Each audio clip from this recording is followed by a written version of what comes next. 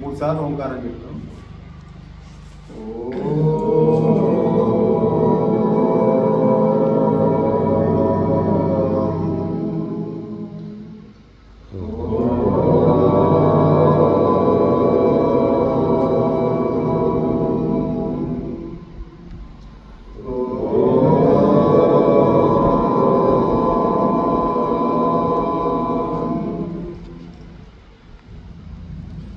దివ్యాత్ములారా,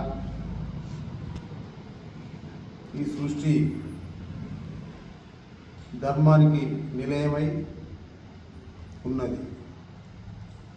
మనం ఆ ధర్మం గురించి మనం తెలుసుకోక అనేక జన్మలు ఎదుర్కొన్న ఈ తరుణంలో మరి ఇలాంటి శివాలయాలు ఏర్పడి మనకు జ్ఞానానికి మూలమైనటువంటి ఆ పంచాక్షరి మహామంత్రాన్ని, ఓం నమః శివాయ అనే మహామంత్రాన్ని జపం చేసుకోవడానికి ముందుకు తీసుకొచ్చినందుకు మరి అధ్యక్షులు రాజేశ్వర్ గారికి ధన్యవాదాలు తెలుపుతూ, అలాగే ఈ పీఠానికి గారికి ధన్యవాదాలు తెలుపుతూ, మరి గంగధారి గారు చేదోడు వాదోడుగా ఈ ఆలయం కోసం తాను నిలబడి పనిచేయడం ఎంతో ఆనందదాయకం.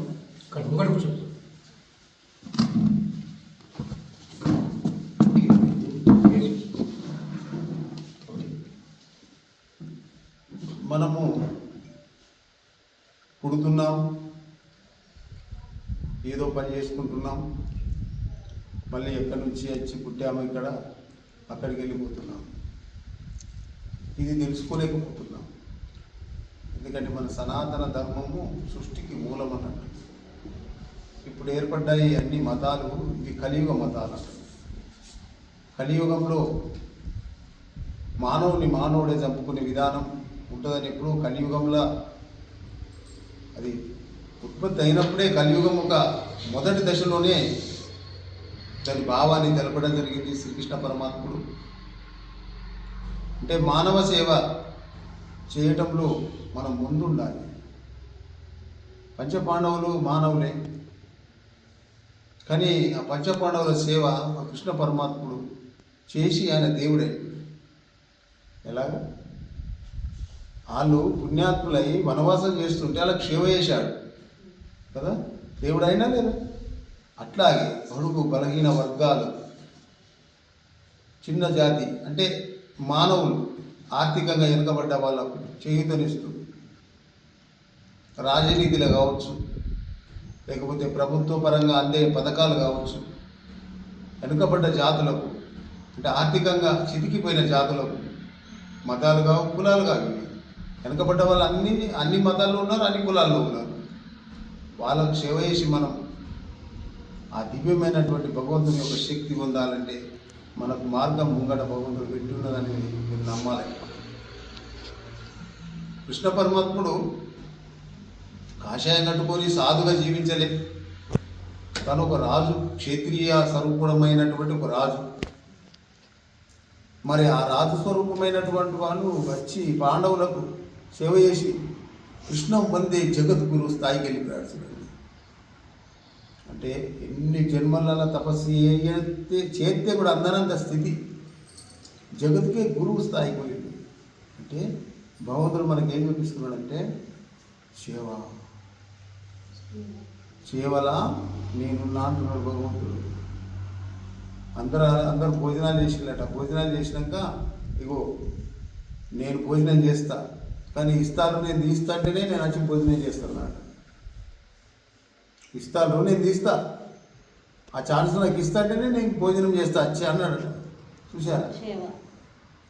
ఇస్తాను తీయడం ఆయన ఒక అమృతం లాంటి సేవ.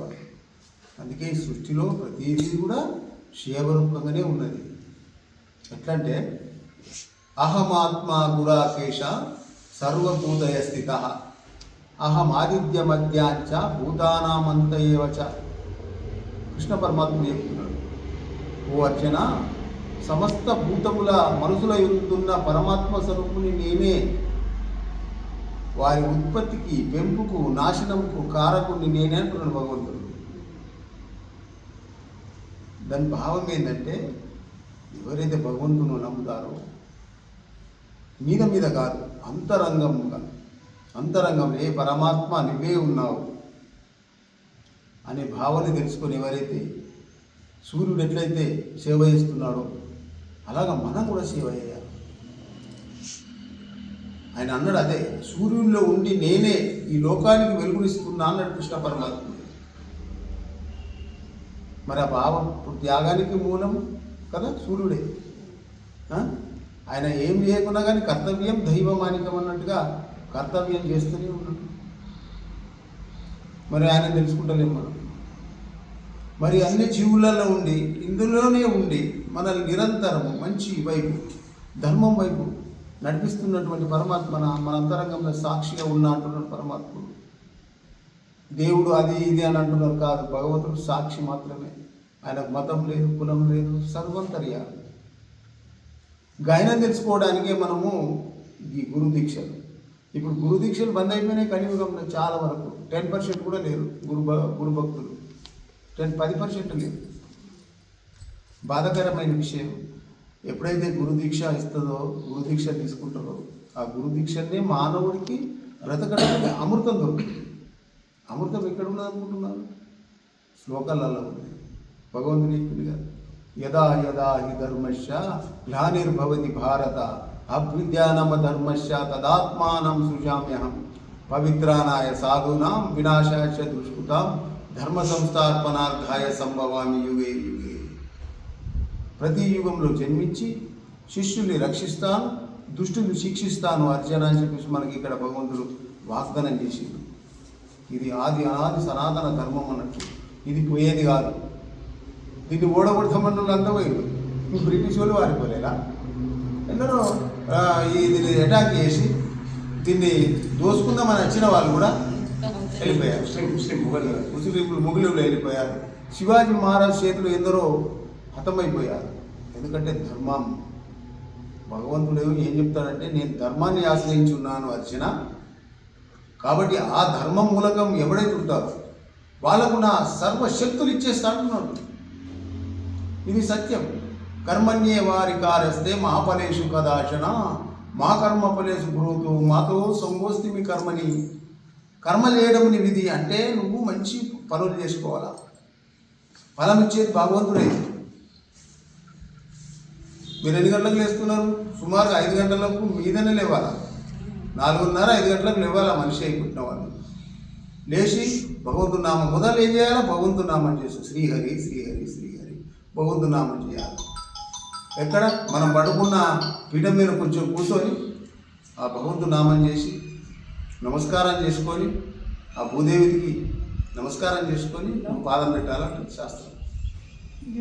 మరి ఏం చేస్తలేం మనం ఏం చేస్తున్నాం? ఎప్పుడు చూసిన సమస్యలు, కర్మలనే సమస్యలలా ఉంటున్నాము. కర్మలు అనే సమస్యలు ఇవి మనల్ని కడలా చేర్చమన్నట్టు. కర్మాధీనం అయిపోయినాం.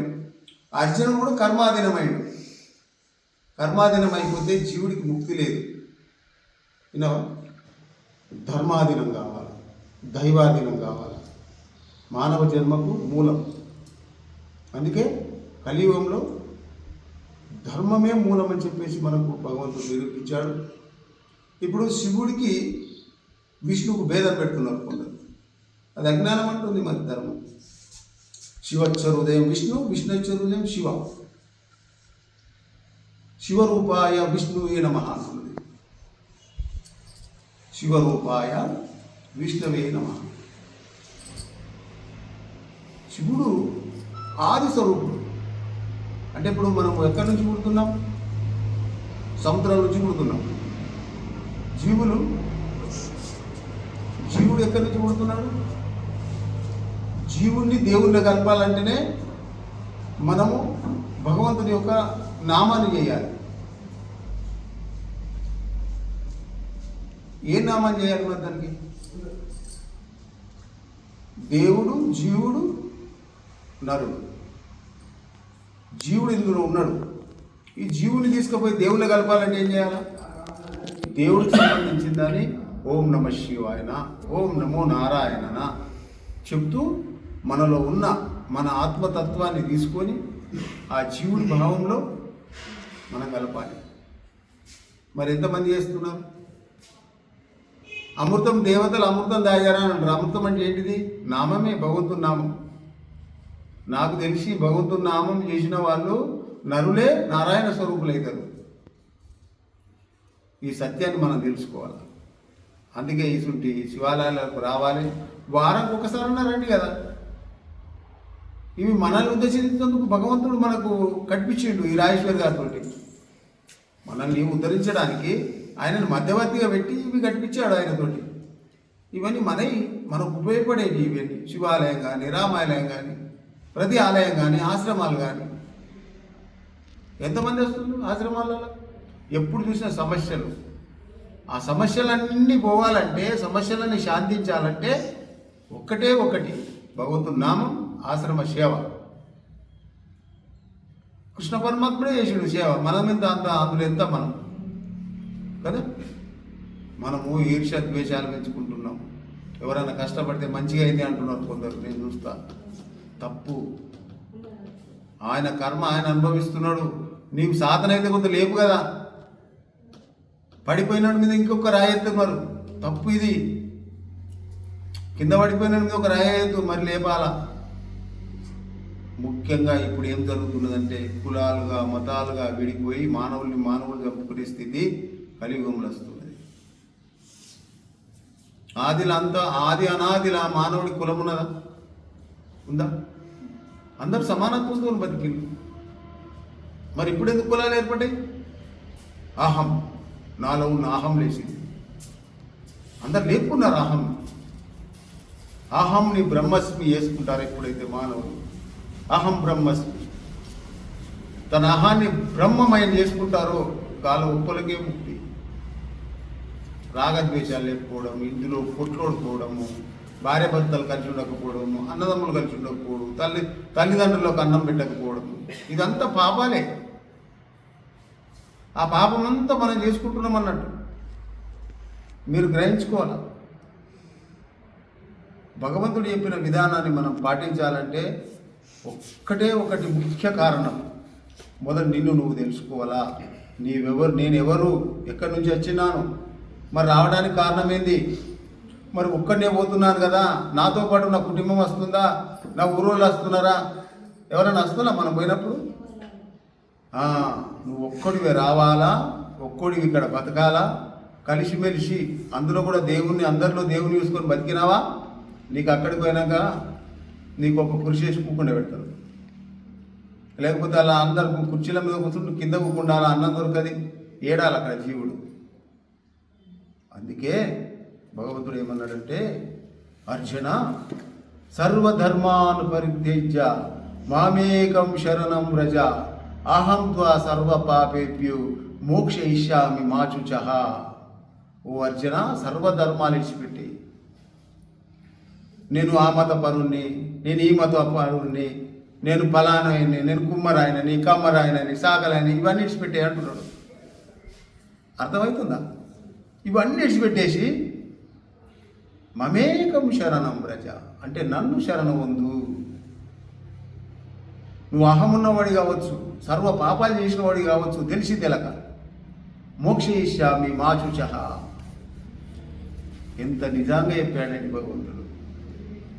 ఇంత చక్కని భావం భగవంతుడు చెప్పంగా కూడా మనం పట్టుకోలేకపోతున్నామంటే మనం ఎన్ని పాపాలు చేసి ఉండొచ్చు. అంటే 84 లక్షల జీవుల్లాల్లా మానవుడు తిరుగుతూనే ఉన్నాడు. కానీ సాధు సంతుల్ని సేవిస్తున్నాడా? లే. సాధు సంతులకు రిమార్క్ పెడుతున్నాడు, ఏదో కాన్ రాని దాన్ని ఒకటి పెట్టేసుకుంటున్నాడు. అంటే కర్మ ఏం చేస్తున్నదంటే అది పోకుండా చేస్తున్నది. మన సాధు సంతులు ఎవడో ఒకరు తప్పు చేస్తారు, తెలిసి తెలక వారి చూపిస్తున్నారు. కానీ ఊరన్నప్పుడు ఒక దొంగడు కూడా ఉంటాడు కదా, ఊరంతా దొంగలు అవుతారా? కాదు కదా. ఈ సత్యాన్ని మనం తెలుసుకోవాలా. పవిత్రమైన సాధుని నేనే అన్నాడు కదా శ్రీకృష్ణ పరమాత్మ. మరి పవిత్రమైన సాధులను ఎందుకు దర్శించలేకపోతున్నాం? సాధునాం పుణ్యం దర్శనం మోక్షదాయకం అన్నది శాస్త్రం. స్పర్శనం అంటే కాళ్ళు, పాదాలు అరి, ఇవి ఎవరి పాదాలు? ఇవి హరి. ఇవి హరిపాదాలు, నాయి కావు. ఇవి అరిచేతులు, ఇవి నాయి కావు. నేను వాళ్ళ దగ్గర షేపాయి తెచ్చుకున్నాను. ఇది షేపాయి దేహం. దీంతో మంచి పనులు చేయాలి నేను. నాకు ఇది షేపాయి తెచ్చుకున్నా కదా, ఈ దేహము, దీంతో మంచి పని చేస్తే మళ్ళీ ఇంకా మంచి అందంగా మళ్ళీ పుట్టిస్తాడు, నన్ను మంచి జాగాలు పుట్టిస్తాడు. ఇక దీంతో ఇచ్చిన దాంతో నేను పాపాలు చేసుకుంటే కుంటొడుగునో, ఎట్టొడుగునో, గుట్టొడుగునో పుట్టవలసి వస్తుంది. అందుకే మీ అందరు కార్యదీక్ష పరులు కావాలి. శరణన్న వాడిని కరుణించేందుకు భగవంతుడు సిద్ధంగా ఉన్నాడు. శరణనుడి యా దేవి సర్వభూతేషు మాతృరూపేణ సమస్థిత నమస్తస్సై నమస్తస్సై నమస్తస్సై నమస్తస్సై నమో నమః. ఎందుకు వస్తుంది అమ్మ తల్లులారా మీకు పేరు? ఇది వస్తుంది శ్లోకాలు. యా దేవి సర్వభూతేషు లక్ష్మీ రూపేణ సమస్థిత నమస్తస్సై నమస్తస్సై నమస్తస్సై నమస్తస్సై నమో నమః. ఎందుకు వస్తుంది? సర్వమంగళ మాంగళ్యే శివే సర్వార్థ సాధికే శరణ్యే త్ర్యంబకే దేవి నారాయణి నమస్తే. ఎందుకు వస్తుంది తల్లి? నేర్చుకోరా? నేర్చుకోవాలి కదా మరి. నీ ఫోన్లోనే వస్తుంది. అది ఇట్లా కొడితే నాకు ఇంకా ఈ శ్లోకం కావాలంటే ఇస్తుంది వెంటనే. అది కూడా ఏదో ఇస్తారు అన్నా కూడా తుల్లు అనద్ది అట్లా. అందుకే ధర్మానికి నిర్వచనం అన్నీ నీ చేతుల్లో పెట్టిండు. ఫోన్లో కూడా ఆయన ఉన్నాడు, ఫోన్లో కూడా పెట్టిండు. నువ్వు ఫోన్లో ఖరాబ్ చూస్తే అవి నువ్వు పట్టేసుకుంటాయి. అందుకే భగవంతుడు చెప్పిన మాట సత్యంగా పట్టుకోవాలా. ఒక 2 శ్లోకాలు చెప్తా, మీరు నేర్చుకోవాలా. అయితే మృత్యుంజయ మహామంత్రం శివాలయం అందరూ వస్తుళ్ళు, కానీ మృత్యుంజయ మహామంత్రం నేర్చుకుంటున్నా? నేర్చుకుంటుంది. అది మృత్యుని జయించే శక్తి. అంటే నీ దగ్గర ఆరోగ్యం అభివృద్ధి అవుతుంది, ఐశ్వర్యం అభివృద్ధి అవుతుంది. భగవంతుడు ఒక శక్తి నువ్వు ఉంతావని ఆ మంత్రం చెప్తాడు భగవంతుడు. ఓం త్రయంబక యజామహే సుగంధిం పుష్టివర్ధనం ఊర్వారుకమిమ బంధనాత్ మృత్యోర్ముక్షి యమామృతాత్. ఈ మంత్రాన్ని ఎవరైతే చేసుకుంటారో వాళ్ళలో ఉన్నటువంటి 72,000 నాడులు శుద్ధి అయిపోతాయని శాస్త్రాలు చెప్తున్నాయి. ఎన్ని? 72,000 నాడులు ఉంటాయి మన శరీరంలో.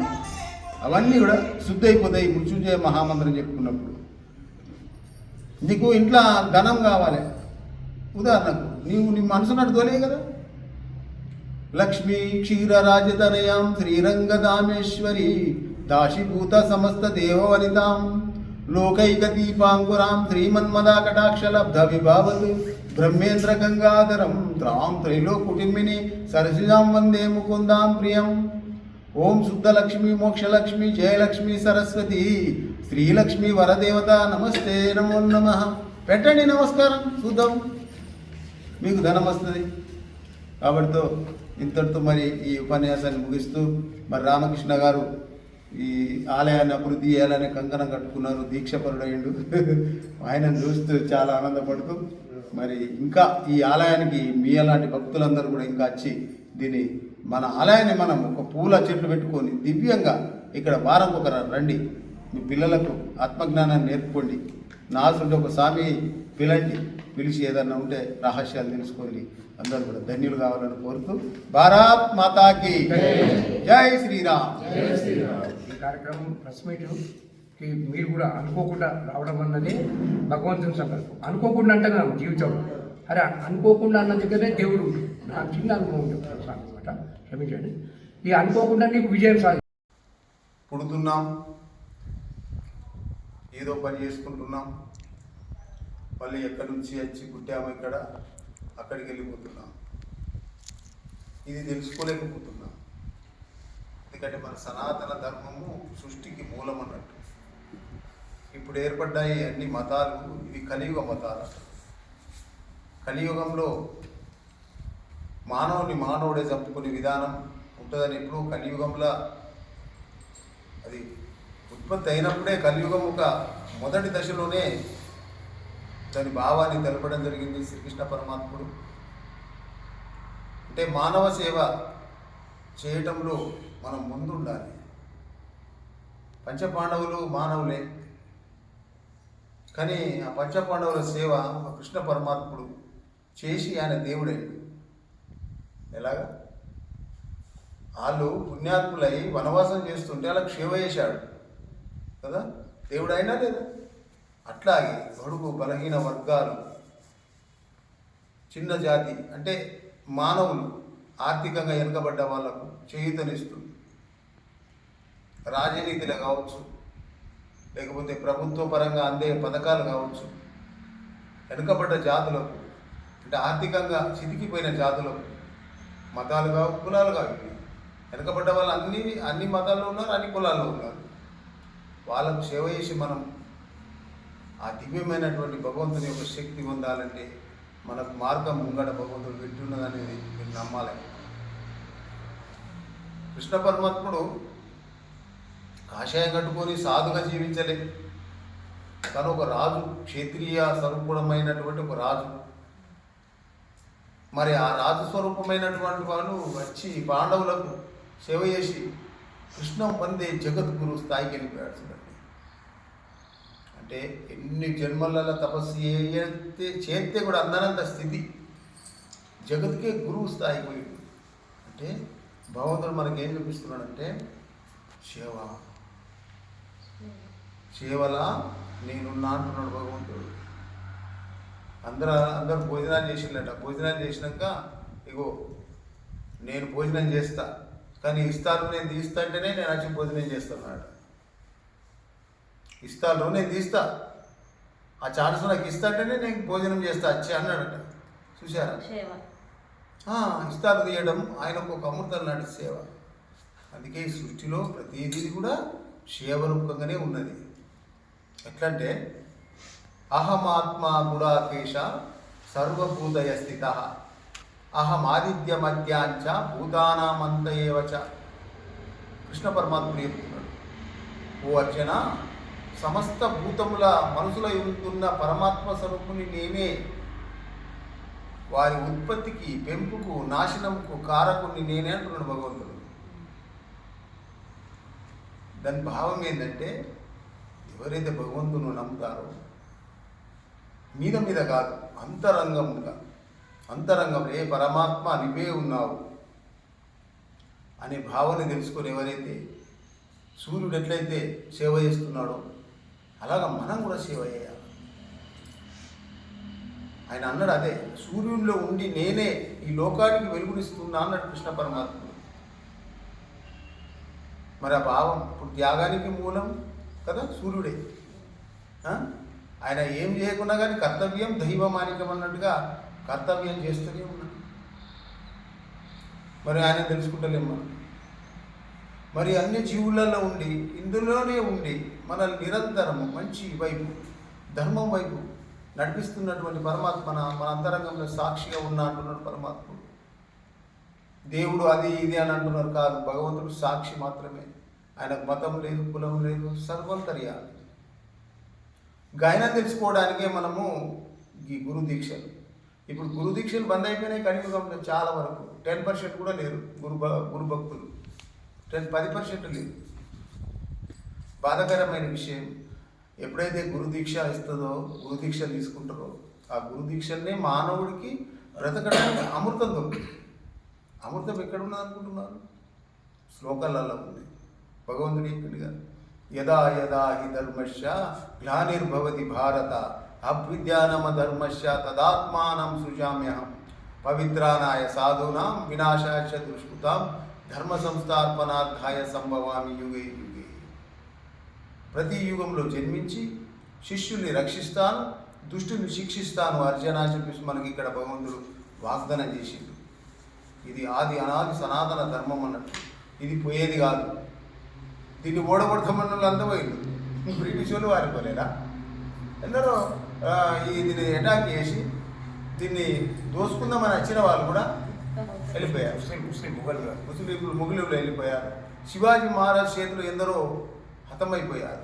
ఎందుకంటే ధర్మం, భగవంతుడు ఏం చెప్తాడంటే నేను ధర్మాన్ని ఆశ్రయించున్నాను అర్చన, కాబట్టి ఆ ధర్మ మూలకం ఎవరైతే ఉంటారో వాళ్ళకు నా సర్వశక్తులు ఇచ్చేస్తా అంటున్నాడు. ఇది సత్యం.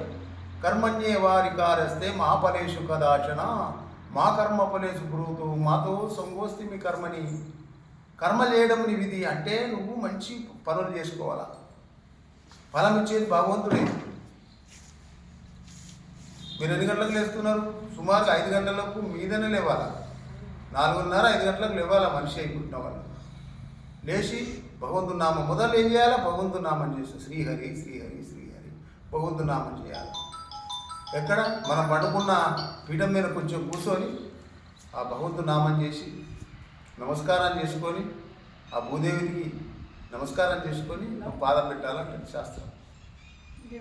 మరి ఏం చేస్తలేం మనం ఏం చేస్తున్నాం? ఎప్పుడు చూసిన సమస్యలు, కర్మలనే సమస్యలల్లా ఉంటున్నాము. కర్మలు అనే సమస్యలు ఇవి మనల్ని కడదా చేర్చవన్నట్టు. కర్మాధీనం అయిపోయినాం. అర్జునుడు కూడా కర్మాధీనమైండు. కర్మాధీనం అయిపోతే జీవుడికి ముక్తి లేదు. విన్నావా? ధర్మాధీనం కావాలి, దైవాధీనం కావాలి.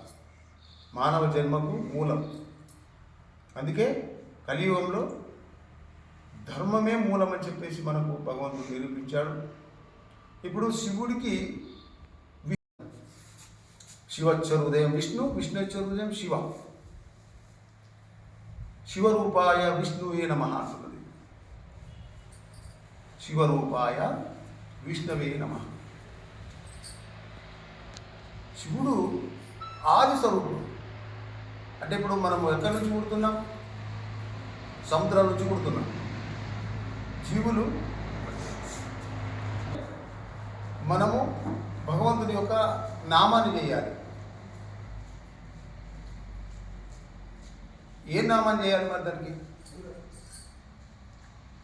దేవుడు, జీవుడు, నరుడు. జీవుడు ఇందులో ఉన్నాడు. ఈ జీవుని తీసుకుపోయి దేవుళ్ళు కలపాలంటే ఏం చేయాలి? దేవుడికి సంబంధించిందని ఓం నమ శివాయన, ఓం నమో నారాయణ చెప్తూ మనలో ఉన్న మన ఆత్మతత్వాన్ని తీసుకొని ఆ జీవుని భావంలో మనం కలపాలి. మరి ఎంతమంది చేస్తున్నారు? అమృతం దేవతలు అమృతం తాగారా అని అంటారు. అమృతం అంటే ఏంటిది? నామమే, భగవంతుని నామం. నాకు తెలిసి భగవంతుని నామం చేసిన వాళ్ళు నరులే నారాయణ స్వరూపులు అవుతారు. ఈ సత్యాన్ని మనం తెలుసుకోవాలి.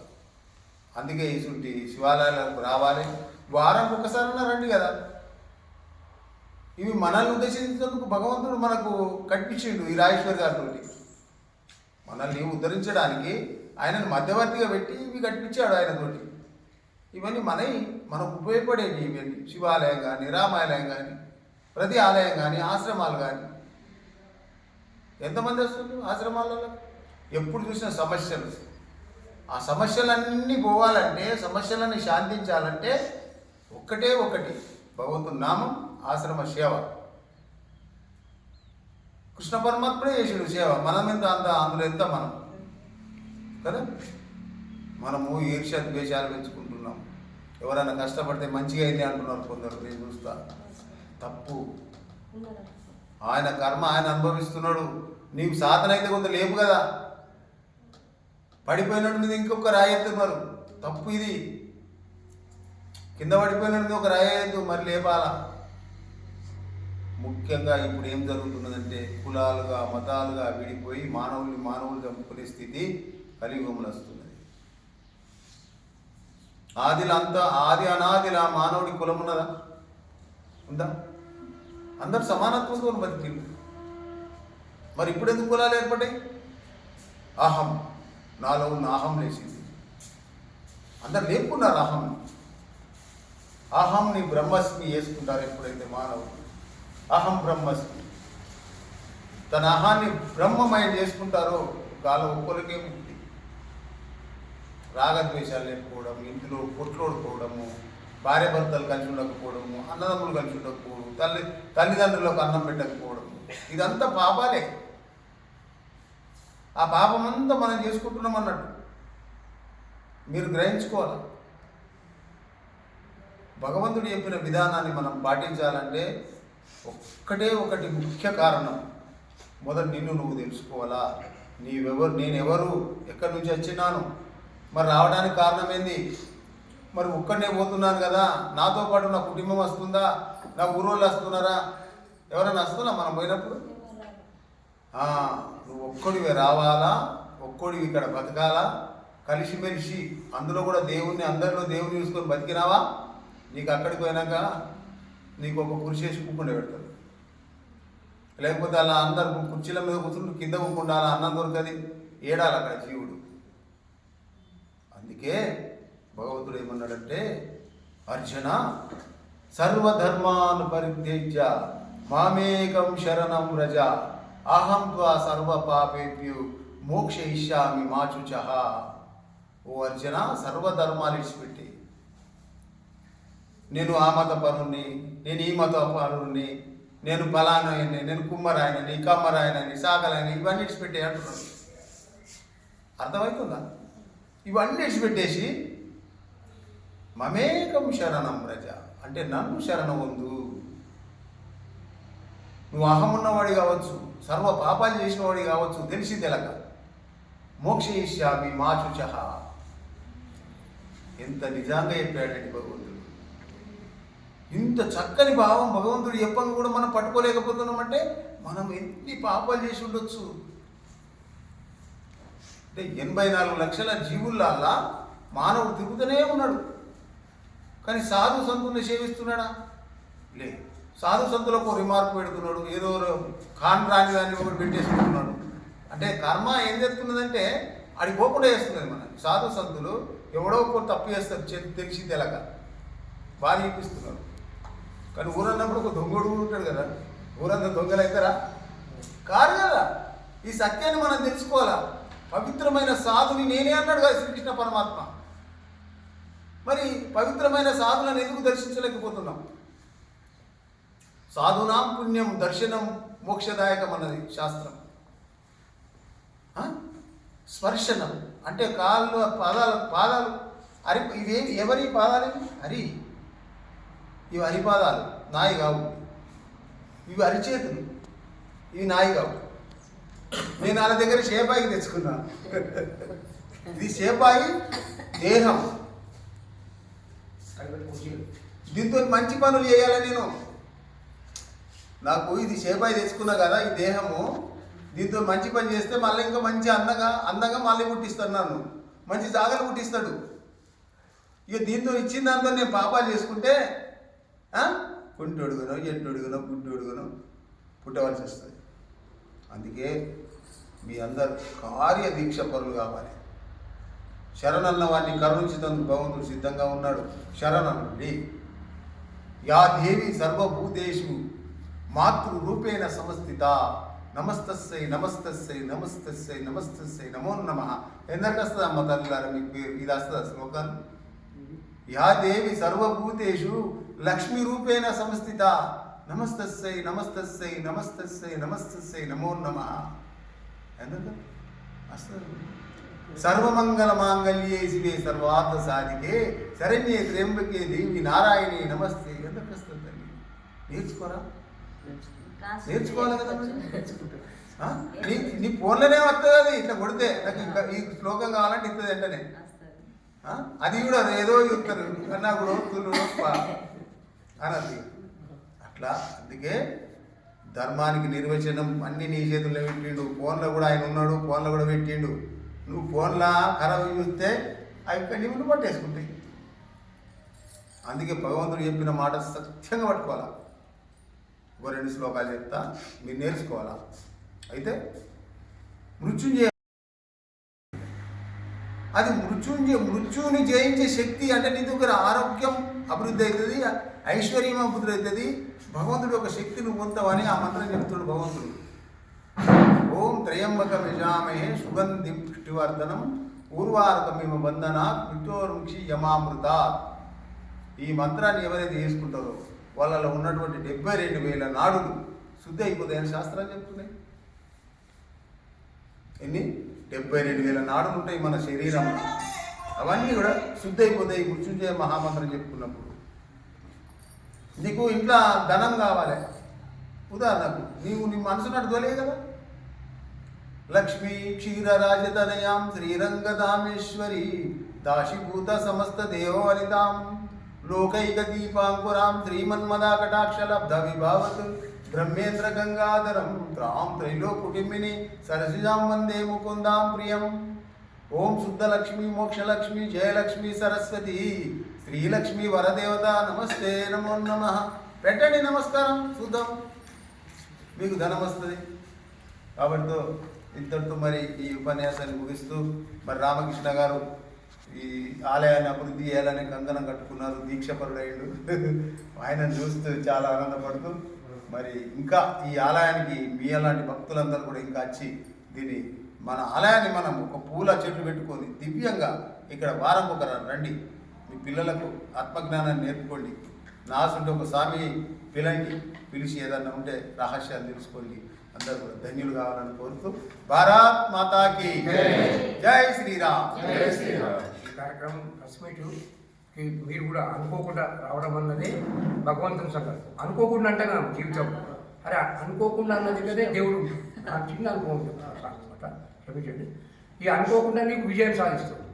ఇంటున్నా నీకు మేమేదో గప్పాలు కొట్ట నీకు డబ్బా కొడితే మాకు రూపాయి మాట నీకు దేవుడు పంపించింది అన్న భావనలో దేవుడు అనుకుంటున్నావు వాళ్ళు రాజేశ్వర స్వామిని అడ్డం పెట్టింది నీకు.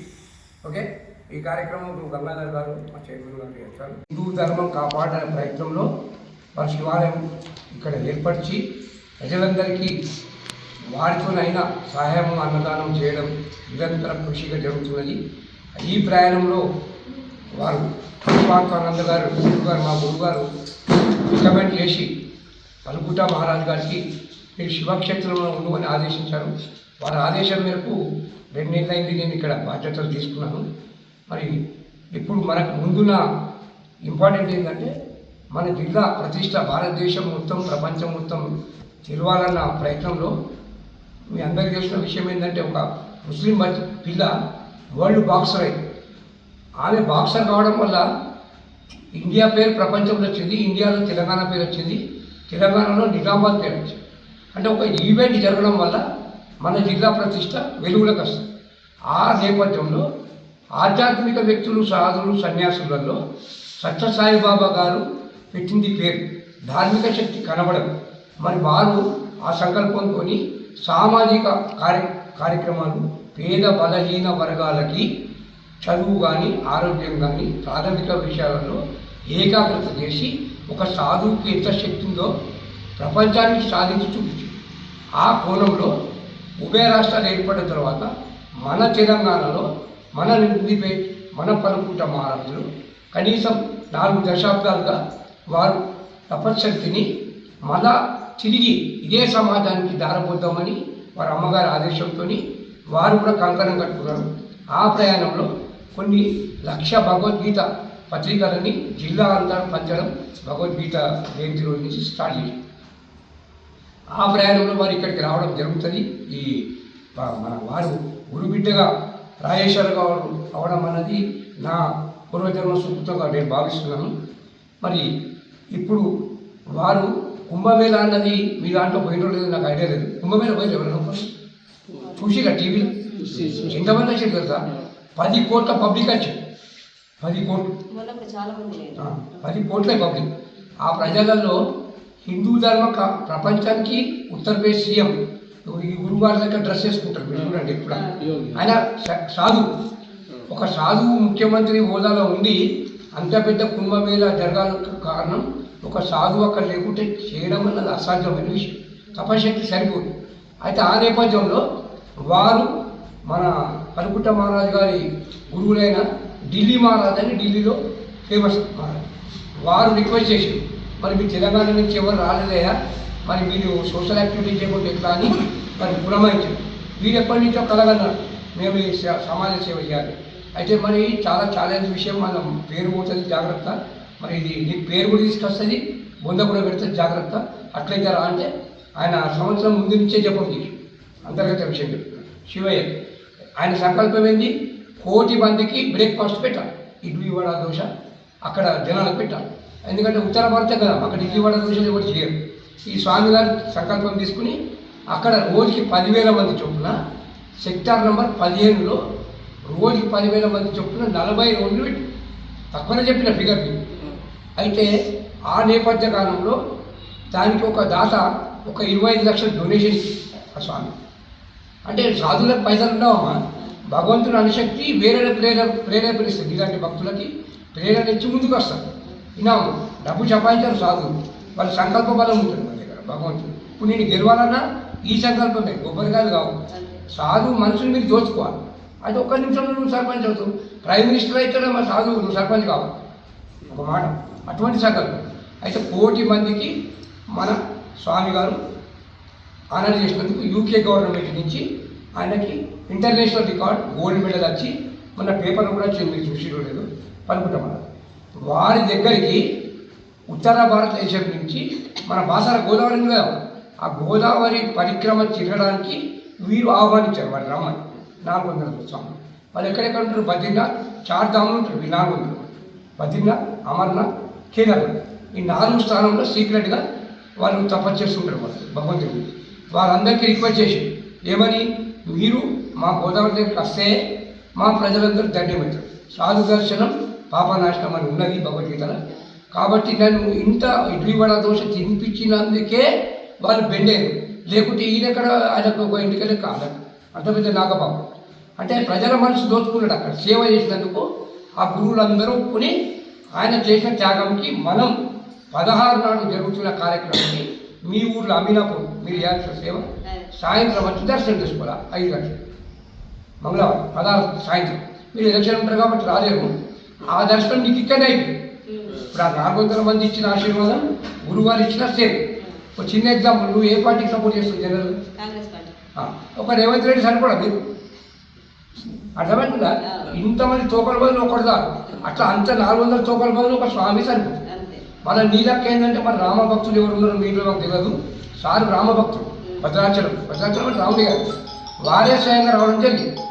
కాబట్టి మన అందరం ఆ కార్యక్రమాన్ని విజయవంతం చేయాలని నిజామాబాద్ జిల్లా ప్రజలకి వేల్పూర్ మండల్, బాల్కొండ మండల్, భీమ్గల్ మండల్, ఆర్మూర్ మండల్ ప్రజలకి నేను ఈ క్షేత్ర పీఠాధిపతిగా పత్రికాముఖంగా పిలుపునిస్తున్నానని ఈ అవకాశం నాకు ఇచ్చినందుకు చైర్మన్ గారికి పత్రికాముఖంగా ధన్యవాదాలు తెలుపుతూ, ఇక మా ప్రధాన సలహాదారులు గంగాధర్ గారు ఈ క్షేత్ర 2 మాటలు చెప్పండి. ఈ క్షేత్రం నిలబడడానికి వారు కీలక పాత్ర, వారి దంపతులైన వారు 2 మాటలు చెప్పాలని పలుకుట మహారాజ్ విషయం చెప్పండి, 2 మాటలు. ఓం నమః శివాయ. ఈ కార్యక్రమానికి గిరిప్రసాద్ సాముల వారు శ్రీశైలం నుంచి వచ్చిన దానికి ధన్యవాదాలు. అట్లాగే ఈ టెంపుల్కి పీఠాధిపతిగా రామకృష్ణ స్వామి గారు, నా సలహాదారుడుగా బొంపెల్ గంగాధర్ గారు, సర్పంచ్గా స్వరూప గారు, స్వరూపతో వచ్చినటువంటి నా యొక్క భక్త బృందానికి నమస్కారములు. మన జీవితంలో 2 కార్యాలు జరుగుతాయి. ఒకటి కర్మ చేయటం, రెండవది కర్మఫలం భోగించటం. కర్మను ఏ విధమైన మనోభావంతో స్వీకరించాలి తెలుసుకుంటే మన జీవితం అపేక్షం లేని మరి శాంతియు సమాధానపూర్వకంగా ఉండగలదు. ఎవైతే జరిగి తీరాలి అనుకుంటామో ఏం చేస్తాం, చూస్తూ ఉంటాం. ఎవైతే ఊహించామో అవి జరగకపోవటం ఏం చేస్తాం, గమనిస్తాం. ఇంకా అన్యాయమైనవి కూడా ఉన్నాయి. ఇవన్నీ అనుకూలంగా ఉండాలంటే మన అధీనంలో ఒకటి మాత్రం ఉంది. భగవాన్ శ్రీకృష్ణుడు భగవద్గీతలో కర్మఫలం పేక్షం లేకుండా కర్మని చేయమని మనకు ఉపదేశం ఇచ్చాడు. కానీ మనం చేస్తలేం. మానవ సేవయే మాధవ సేవ అని మనకు వివేకానందుడు చెప్పాడు. చేస్తలేం.